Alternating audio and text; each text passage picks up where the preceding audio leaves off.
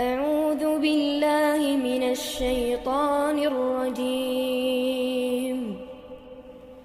بسم الله الرحمن الرحيم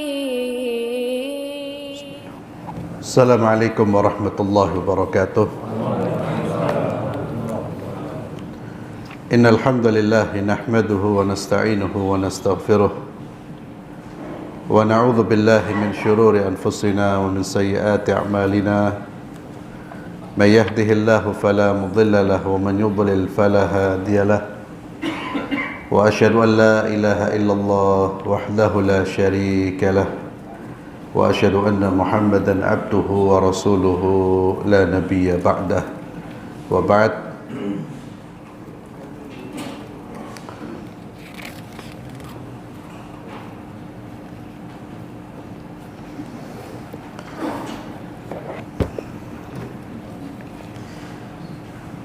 Terakhir kita membaca hadis Nabi Muhammad SAW yang terkait dengan orang-orang yang akan memasuki syurga dan neraka.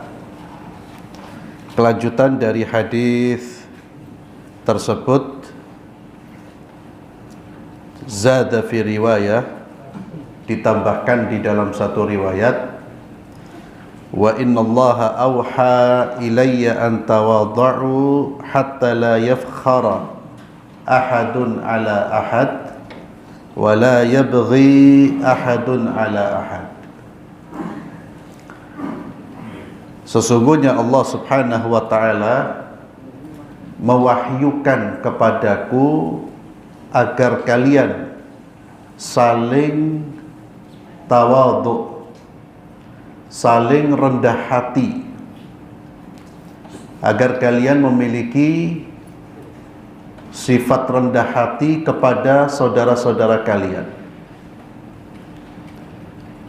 sehingga kalian tidak saling menyombongkan diri dan tidak saling berbuat zalim. Ini diantara sifat penghuni syurga itu, tawadhu, rendah hati.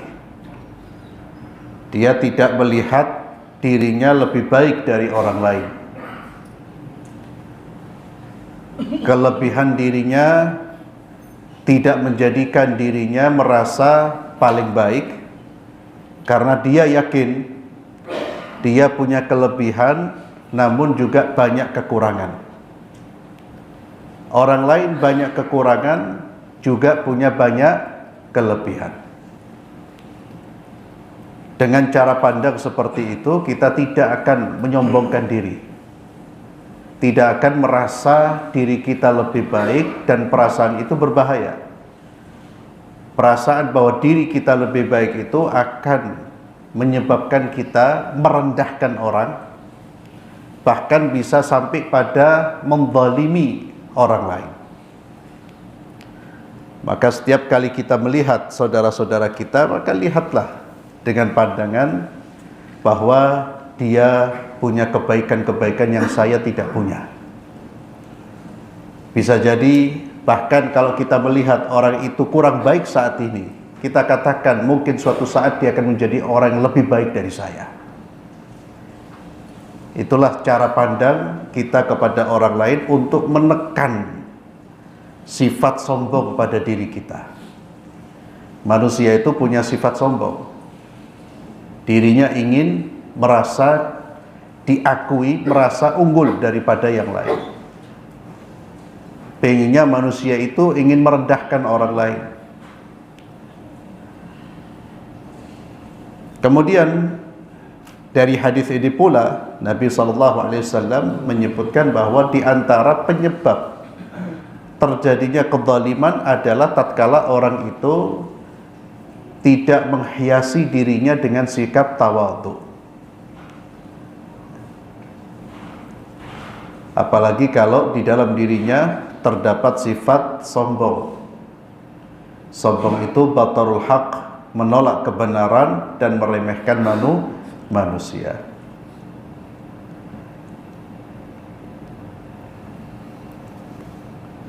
Kalau kita melihat akhlak baginda Muhammad sallallahu alaihi wasallam, kita akan bisa melihat ketawadhuan beliau. Tawadhu'nya Nabi Muhammad sallallahu alaihi wasallam itu terlihat dari akhlak sehari-hari beliau. Beliau tidak membedakan dirinya dari segi pakaian dan yang lainnya dari para sahabat-sahabat beliau. Padahal beliau adalah Sayyidul Mursalin. Beliau menggunakan pakaian yang dipakai oleh masyarakat pada saat itu.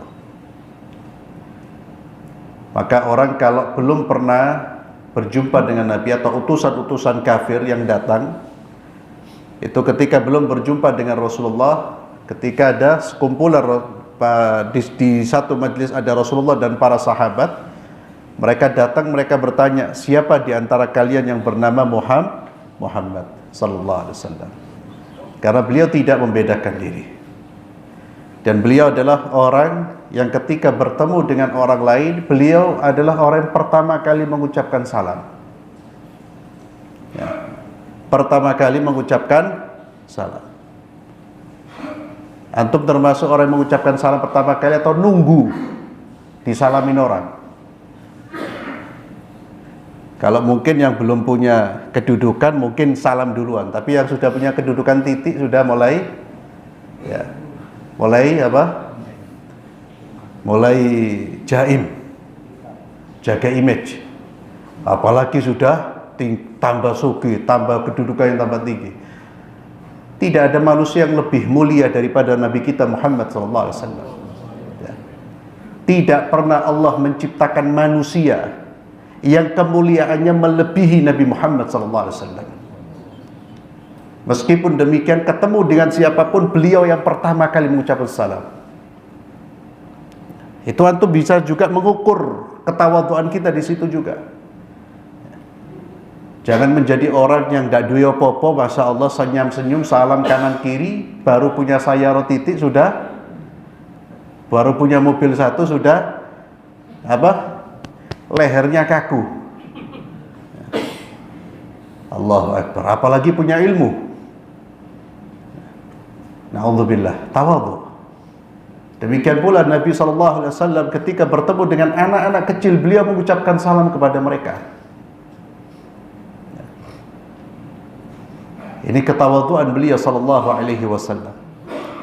Demikian pula ketika bertemu dengan setiap orang sahabat dari sahabat-sahabat beliau, beliau lepaskan senyuman sehingga sahabat yang bertemu dengan beliau itu betul-betul merasakan penerimaan dan sikap yang baik dari Rasulullah sallallahu alaihi wasallam.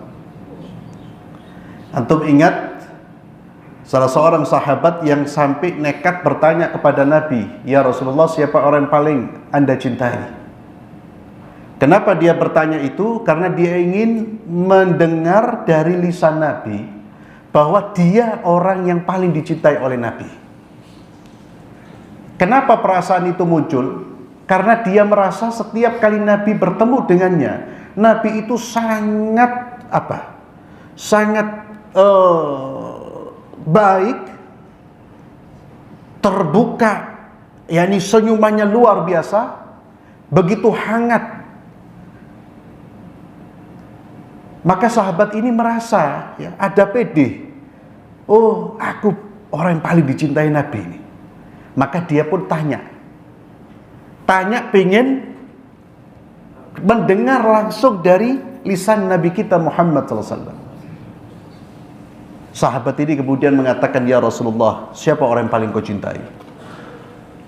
Abu Bakar. Oh, berarti saya nomor 2. Siapa ya Rasulullah? Umar. Oh, nomor 3. Siapa ya Rasulullah? Ternyata setiap kali dia bertanya siapa ya Rasulullah, namanya tidak disebut. Sampai dia berulang kali bertanya siapa, namanya nggak disebut, akhirnya berhenti. Takut dia paling nomor.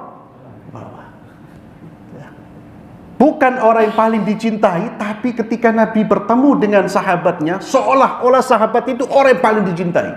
Dan ingat sekali lagi, posisinya Nabi di mana? Ibarat kedudukan, beliau itu paling tinggi kedudukan mulianya. Loh, itu tidak gampang, Pak. Kalau tidak punya sifat tawadhu, tidak gampang, Pak. Sekarang aja banyak orang kadang-kadang baru tambah ilmu sudah, Masya Allah. Ya. Bahkan kalau jalan nggak mau jalan sendirian, harus didampingi. Wah. Na'udzubillah. Hadza tawadhu'nya Rasulullah sallallahu alaihi wasallam. Ini yang menyebabkan orang itu tidak akan bersikap aniaya, bersikap zalim kepada orang lain. Dan ya, kita juga bisa membaca tawadhu'nya Nabi dari apa? Dari bagaimana beliau berjabat tangan. Beliau sallallahu alaihi wasallam adalah orang yang terakhir atau orang yang tidak melepaskan tangannya sebelum dilepaskan oleh sahabat itu. Ya. Subhanallah, sekali lagi ini tidak mudah, Pak. Dan itu tawadhu'nya, ketinggian akhlak beliau sallallahu alaihi wasallam. Kemudian di bab selanjutnya, bab fi na'imil jannah wa 'adzabin nar. Bab tentang kenikmatan syurga dan azab neraka.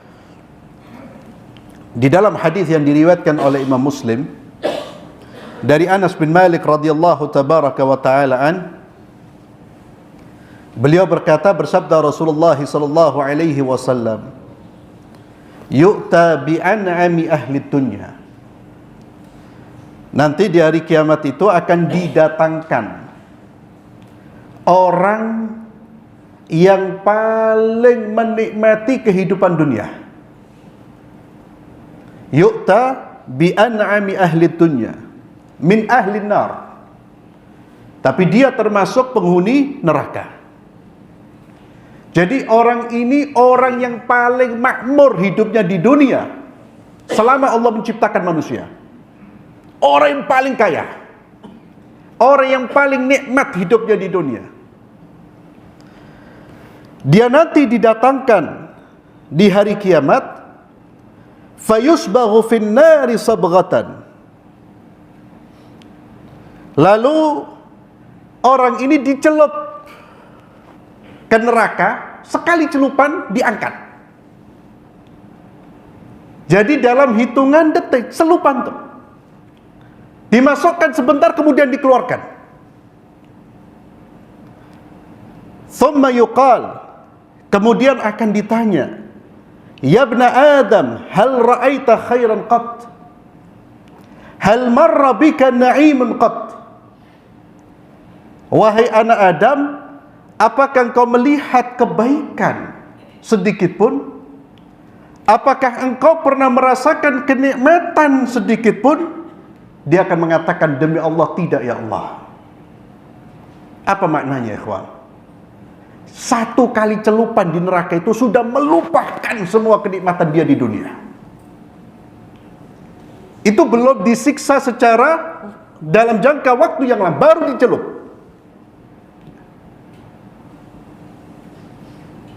Maka dia tidak merasakan kenikmatan selama-lamanya.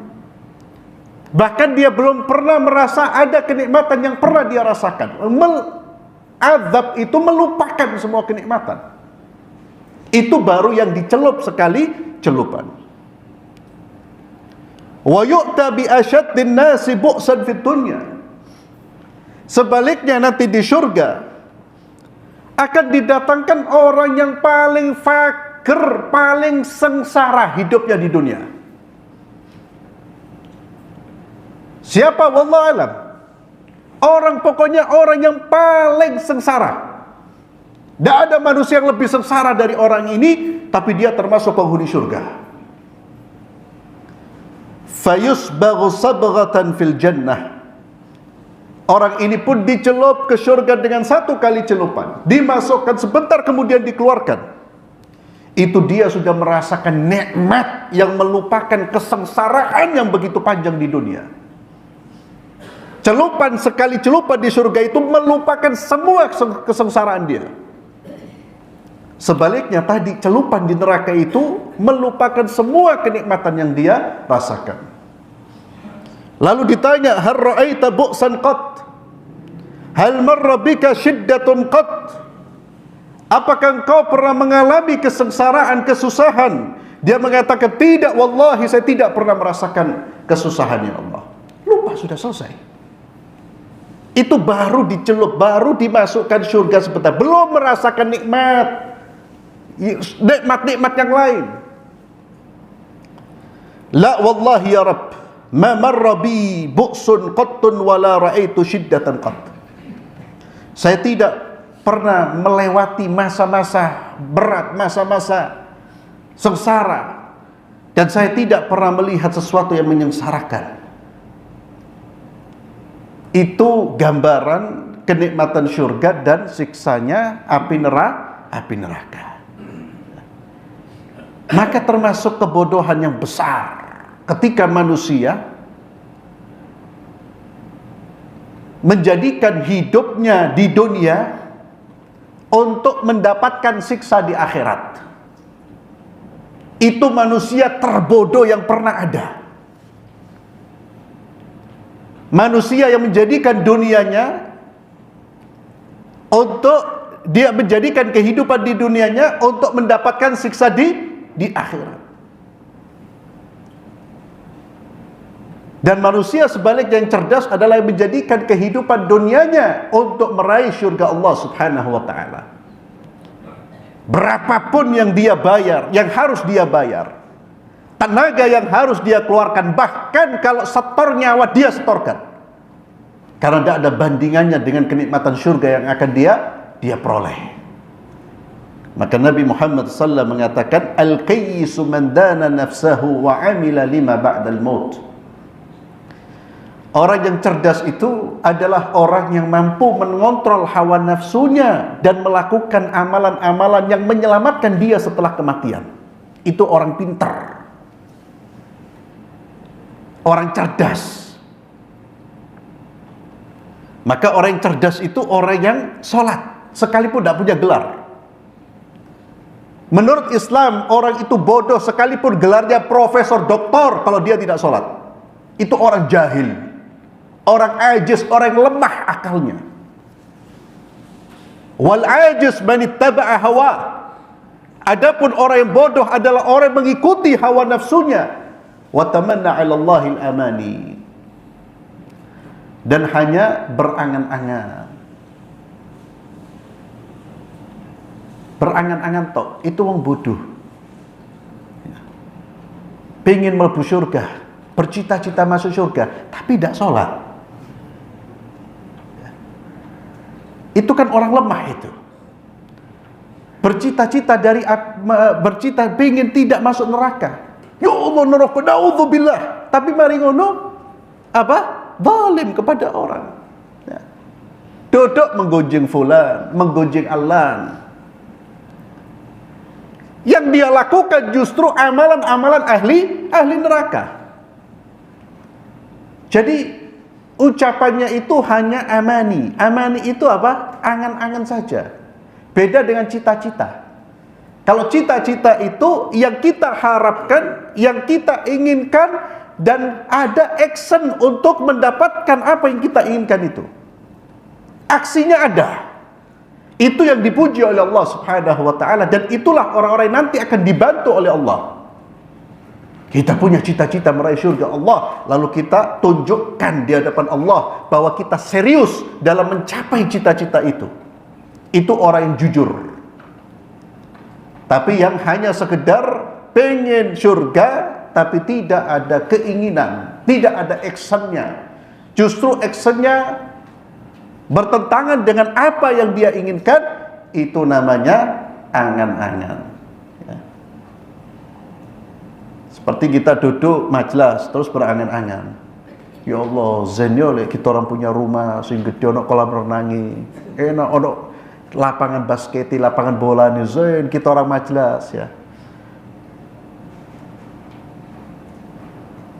Dan itu yang setiap hari diobrolkan. Dan yang ngobrol tidak pernah keluar dari rumahnya kecuali ngobrol seperti itu terus. Itu namanya angan-angan. Itu namanya angan-angan. Amani wa tamanna 'ala Allahil amani. Kemudian babu yunada khulud fala maut. Nanti ada panggilan di hari kiamat itu, baik di surga maupun di neraka. Ada panggilan khulud. Kalian semua di sini, tempat ini adalah tempat yang kekal dan tidak ada kematian di sini. Para penghuni surga tidak akan mati, penghuni neraka tidak akan mati. Allah Azza wa Jalla berfirman di dalam surat Maryam ayat 39. Allah Subhanahu wa taala firman, a'udzu billahi minasyaitonir rajim wa anzirhum yaumal hasrati idz qudiyal amru wa hum fi ghaflatin wa hum la yu'minun. Wa anzirhum, dan berilah mereka peringatan. Wa anzirhum, dan berilah mereka peringatan. Mereka siapa? Manusia. Peringatan dari apa ya Allah? Ingatkan manusia di dunia. Yaumal hasrati, ada hari penyesalan. Yaumal hasrah, ada hari penyesalan. Idz qudiyal amru, kapan penyesalan itu datang? Ketika segala perkara telah diputus. Ketika terjadi sudah ada keputusan. Keputusan bahwa mereka akan masuk neraka. Itu hari penyesalan yang tidak bisa diungkapkan dengan kata peringatkan, kata Allah. Sebelum datang hari itu, maka peringatkan. Jangan menunggu keputusan Allah yang telah diputuskan, yang kemudian kita tidak bisa merubah apa-apa, yang ada hanyalah teriakan-teriakan penyesalan dari kita. Idz qudiyal amru wa hum fi ghaflati wa hum la yu'minun. Dan mereka dalam kelalaian dan mereka tidak pula beriman. Maka berilah peringatan kepada orang-orang yang sedang lalai. Orang-orang yang sedang meninggalkan keimanan.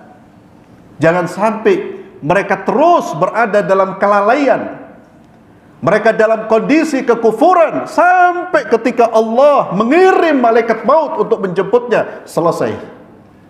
Dan yang lebih berat lagi adalah ketika di akhirat dia tidak mendapatkan pengampunan dan syafaat, Allah putuskan dia termasuk min ahli nar.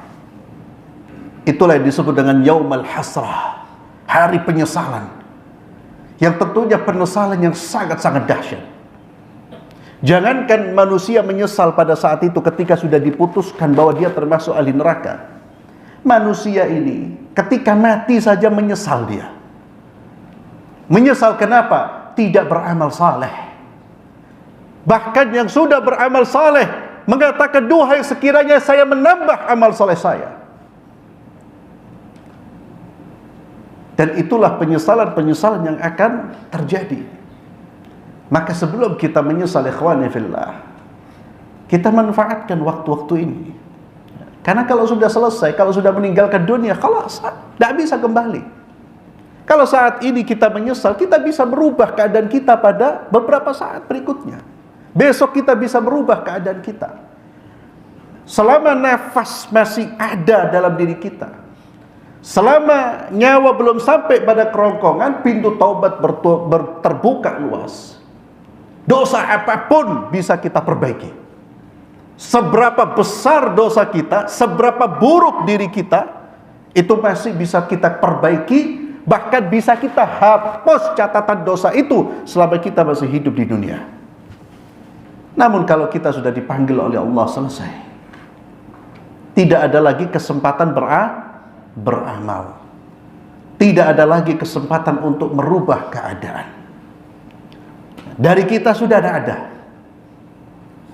Maka inilah yang disebut dengan yaumal hasrah, hari penyesalan. Apalagi dan hari penyesalan ini adalah yang paling membuat manusia menyesal itu tatkala mereka sudah divonis dengan apa? Api neraka.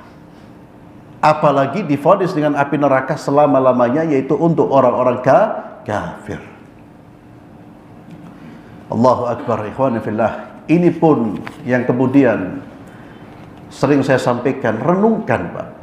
Renungkan betapa besarnya anugerah Allah kepada kita berupa apa? Berupa keislaman dan keimanan. Itu anugerah yang ya Allah,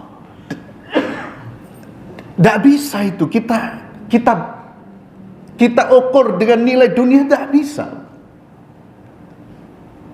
Kita diberi anugerah oleh Allah berupa apa? Keimanan. Termasuk anugerah kita dihadirkan di dunia ini di keluarga muslim. Karena antum bisa bayangkan orang-orang yang tidak mendapatkan hidayah sampai mereka mati kekal di neraka selama-lamanya. Tidak ada manfaat, hatta menjadi orang terkaya di dunia. Berapa lama mereka menikmati kekayaannya?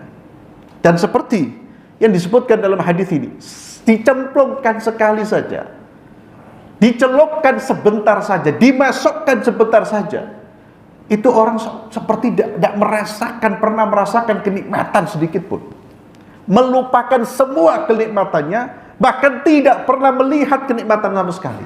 Itu baru dicicipin, ya, dicicipin apa? Azab Allah Azza wa Jalla. Ayat ini ikhwani fillah dibacakan oleh Nabi kita Muhammad sallallahu alaihi wasallam ketika beliau menyampaikan yu'ta bil mauti ka hay'ati kabshin amlah fayunadi munadin ya ahlal jannah fayashra'ibuna wa yanzurun fayaqulu hal ta'rifuna hadha fayaquluna na'am hadha al maut وكلهم قد رآه ثم ينادي يا أهل النار فيشرئبون وينظرون فيقول هل تعرفون هذا فيقولون نعم هذا الموت وكلهم قد رآه فيذبح ثم يقول يا أهل الجنة خلود فلا موت ويا أهل النار خلود فلا موت. Kata Nabi SAW, yu'ta bil maut, nanti akan didatangkan kematian itu dalam bentuk kambing, caption, amlah, kambing yang dipenuhi oleh warna putih, walladzi fihi kambing yang warnanya ada warna putih dan hitam. Jadi al-maut Allah rupakan seperti kambing. Fayunadi munadi, lalu ada panggilan yang memanggil, wahai penduduk syurga. Ketika ada panggilan tersebut, fayashra'ibuna ay yarfa'una ru'usahum ilal munadi, maka mereka melihat, mengangkat kepalanya mencari panggilan, suara panggilan tersebut, dan mereka melihat.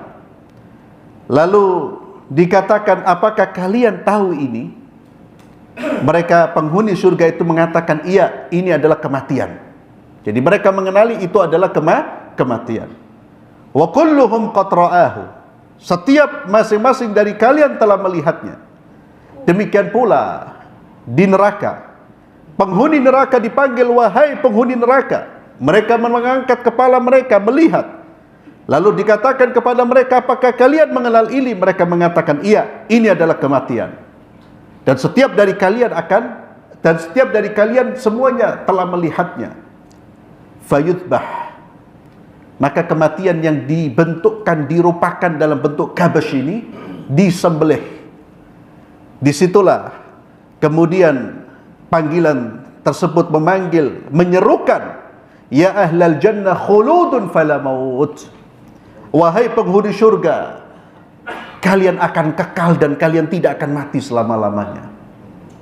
Kemudian kepada penghuni neraka, ya ahlan nar, wahai penghuni neraka, khuludun fala maut, kalian akan kekal dan kalian tidak akan mati di neraka selama-lamanya.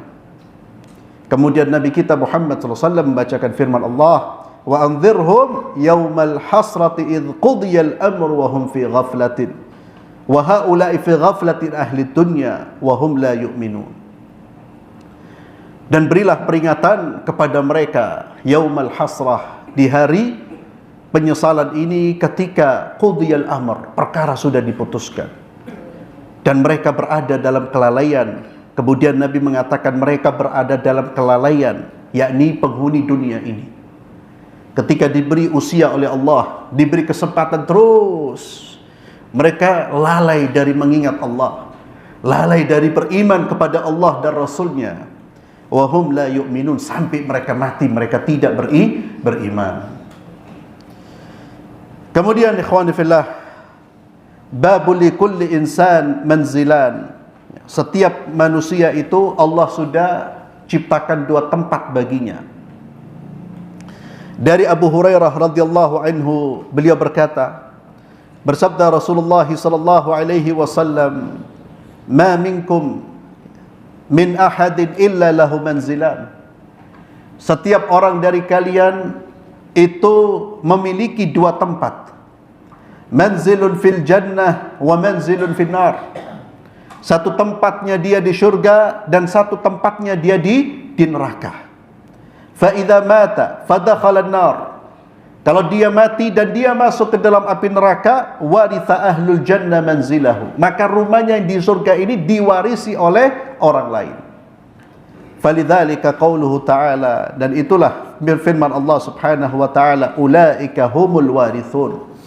Mereka lah orang-orang yang akan mewarisi. Mewarisi apa? Syurga Firdaus. Hadis riwayat Ibnu Majah, yang tadi hadis riwayat Imam Bukhari. Ikhwani fillah azzalallahu iyyakum. Kemudian azab ahli nar, azabnya penghuni neraka, ya. Allah Subhanahu wa taala, dan ini banyak sekali Allah sebutkan di dalam Al-Qur'anul Karim. Al-Qur'anul Karim itu hampir setiap surat berbicara tentang peringatan, berbicara tentang syurga atau berbicara tentang neraka, atau berbicara tentang peringatan manusia kepada manusia agar mereka tidak melakukan kekufuran yang itu menyebabkan mereka masuk ke dalam api neraka. Termasuk ikhwan fillah surat tadi yang dibacakan oleh imam kita, ya. Surat apa tadi? Ada masih ingat? Rakaat kedua tadi imam baca apa? Hah? Al-Qari'atu mal-Qari'ah. Al-Qari'ah idza zulzila. Al-Qari'ah. Ya. Itu surat ikhwani fillah. Kalau kita renungkan, Al-Qari'ah itu ya hari kiamat. Ya. Yang mengetuk pendengaran, yang mengetuk hati manusia. Antum renungkan saja surat Al-Qari'ah. Itu kalau kita memahami maknanya, itu sudah menjadi nasihat yang luar biasa. Makanya ikhwan fillah, kenapa kita dianjurkan salat berjamaah? Di antara hikmahnya adalah salat berjamaah itu di antaranya adalah kita dalam berjamaah itu kita akan mendengarkan nasihat-nasihat. Kita akan mendengarkan ayat-ayat Allah dibacakan. Terkadang imam yang membaca itu lebih mengetuk hati kita daripada kita sendiri yang membaca. Dan itu lebih terketuk kalau kita datang ke masjid ini dengan hati yang tunduk, dengan hati yang khusyuk. Dan kita berupaya untuk mencerna, memahami apa yang dibaca oleh imam. Dan ana sarankan, dan bukan ana ya ikhwan fillah, dan ini sudah saran para ulama, ya, agar kita bisa memahami apa yang dibaca oleh imam, usahakan perbanyak membaca, mengulang-ulang, membaca terjemahan dan tafsir surat-surat yang ada di juz amma. Karena itu yang biasa dibaca oleh imam. Betapa nikmatnya ketika kita mendengar imam membaca, kita ngerti artinya. Itu berbeda dengan kita mendengar tanpa memahami.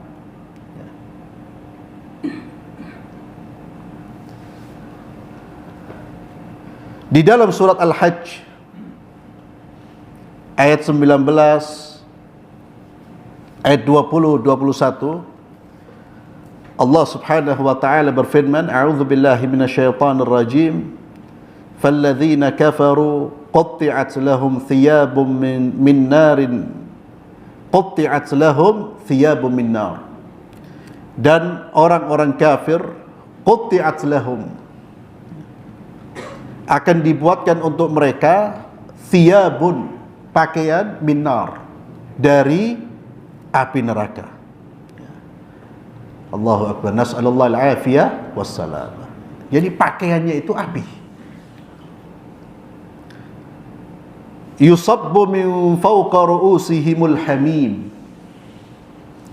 Ke atas kepala mereka disiramkan air yang sangat mendidih. Yusharu bihi ma fi butunihim wal julud. Dengan air itu dihancur luluhkan segala apa yang ada dalam perut dan kulit mereka. Walahum maqami'u min hadid. Dan untuk mereka cambuk-cambuk dari besi. Kullama aradu an yakhruju minha min ghammin u'idu fiha wa dhuqu 'adzabal hariq. Setiap kali mereka hendak keluar dari neraka lantaran kesengsaraan mereka, niscaya mereka dikembalikan ke dalamnya. Kepada mereka dikatakan, rasakanlah azab yang membakar ini. Itu satu penjelasan di antara banyak penjelasan yang terkait dengan siksa ahli neraka. Penderitaan yang tidak berujung. Nas'alullah al-afiyah wassalamah. Demikian pula Nabi SAW mengabarkan kepada kita pedihnya siksa neraka dari Abu Hurairah radhiyallahu anhu, anna Rasulullah SAW qala, Nabi Muhammad SAW bersabda, narukum juz'un min sab'ina juz'an min nari jahannam. Api kalian ini, yang kalian rasakan di dunia, yang kalian lihat di dunia ini, 1 dari 70 bagian dari api neraka jahannam. Jadi neraka jahannam itu lebih panas 70 kali daripada api kita. Kemudian para sahabat mengatakan, ya Rasulullah, in kanat lakafiyah. Ya Rasulullah, padahal api dunia ini sudah cukup menyengsarakan. Sudah cukup membakar. Kata Nabi SAW, fuddilat alaihinna bitis'atin wa sittina juz'a. Ditambahkan 69 bagian dari api dunia kalian, yang masing-masing panasnya seperti panasnya api dunia itu. Kita akan terus, kita pasti akan menghindar dari api dunia. Ketakutan. Tapi kenapa kemudian kita berpindah menghindar dari api dunia, justru menceburkan diri kita ke dalam api neraka? Maka setiap kali kita ingin bermaksiat kepada Allah atau meninggalkan ketaatan kepada Allah, ingat, ya, kalau itu kita lakukan berarti kita sedang menyodorkan diri kita untuk disiksa. Ini baru bicara api, belum bicara air mendidihnya, belum bicara cambukan-cambukannya. Kemudian dari Abu Hurairah radhiyallahu anhu, beliau berkata, kunna ma'a Rasulillah sallallahu alaihi wasallam idh sami'a wajbatan. Kata Abu Hurairah radhiyallahu anhu, ketika kami sedang duduk bersama dengan Rasulullah sallallahu alaihi wasallam, tiba-tiba kami mendengar suara benda yang jatuh. Suara yang keras. Faqala an-nabi sallallahu alaihi wasallam, Nabi sallallahu alaihi wasallam kemudian bertanya kepada para sahabat, tadruna ma hadha?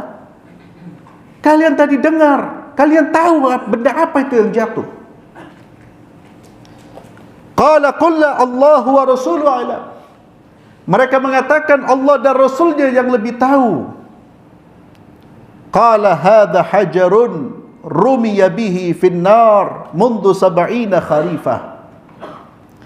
Fahuwa yahwi fin naril an hatta intaha ila qa'riha. Suara yang kalian dengar itu adalah batu yang dilempar di dalam neraka sejak 70 tahun yang lalu. Maka batu itu meluncur di kedalaman neraka hingga sekarang baru sampai ke dasarnya. Ketika sampai ke dasarnya itu kalian diperdengarkan oleh Allah Subhanahu wa taala. Ini menunjukkan dalamnya apa? Neraka jahanam. Batu dilempar 70 tahun baru nyampe. 70 tahun terkadang melebihi usia manusia. Wallahu a'lam bissawab. Mudah-mudahan kita dijauhkan dari api neraka, kita dan keluarga kita. Barakallahu fikum. Kita tutup dengan doa kafaratul majlis. Subhanakallahumma bihamdik asyhadu an la ilaha illa anta astaghfiruka wa atubu ilaik. Assalamualaikum warahmatullahi wabarakatuh.